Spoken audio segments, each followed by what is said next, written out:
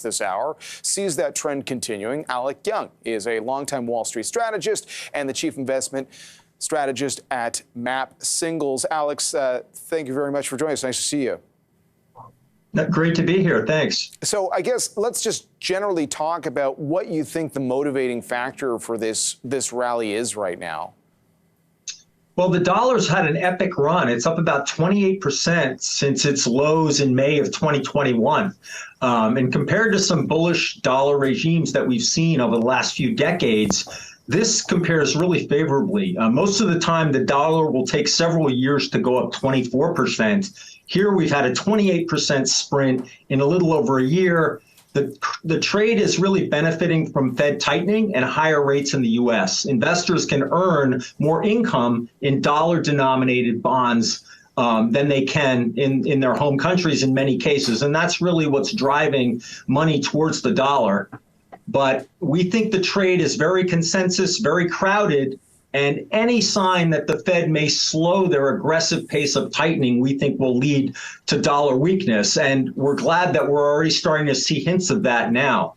Well, let's dig into that because over the last week, we got inflation data in the U.S., which suggested that we would have to see more interest rate hikes. The headlines that I remember them as that data was crossing was that it cemented another 75 basis point hike by the Fed. I saw commentary today, we're going to talk about it later this hour, from Mark Mobius, who suggested inflation is so hard to tame right now, interest rates in the U.S. might go to 9%. And of course, people really grab onto a headline like that. But you're suggesting that we are getting closer to the end of the rate hiking cycle. Yeah, if you look at history, it's just very difficult for major currencies like the dollar to sustain the rate of appreciation that we've been seeing. Again, there's no one left to buy the dollar. Everyone loves the dollar. That's usually when things run out of steam. And despite all the inflationary news that you mentioned and concerns about rate hikes, the dollar's actually stalled out. So when something can't go up on good news for it, it's a sign that the rally's over. Just like when stocks stop falling on bad news, it's a great sign that they're about to start doing better. So it's normal for great calls to be kind of lonely voices because you're going against the grain, you're going against the consensus. But, let's see where we are in a few weeks. But I can tell you that the action in the dollar in the last week is pretty poor, and it's been red hot for the last year and a half. So to us, that means that the dollar's going to pull back, that markets are starting to position for slower Fed tightening, peaking inflation, better stock performance. This is great news for risk assets, which have obviously gotten hammered. The strong dollar has been a big driver of that. So if we can see the dollar take a breather, it's going to give some welcome relief to investors in stocks, bonds, and a variety of assets all over the world.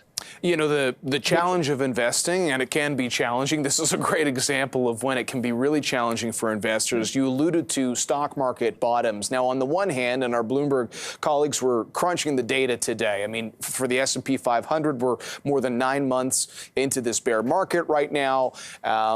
When you look historically at how long it takes for the stock market to bottom, it's not surprising to see it take much longer, just in terms of, at least a few more months than where we are right now.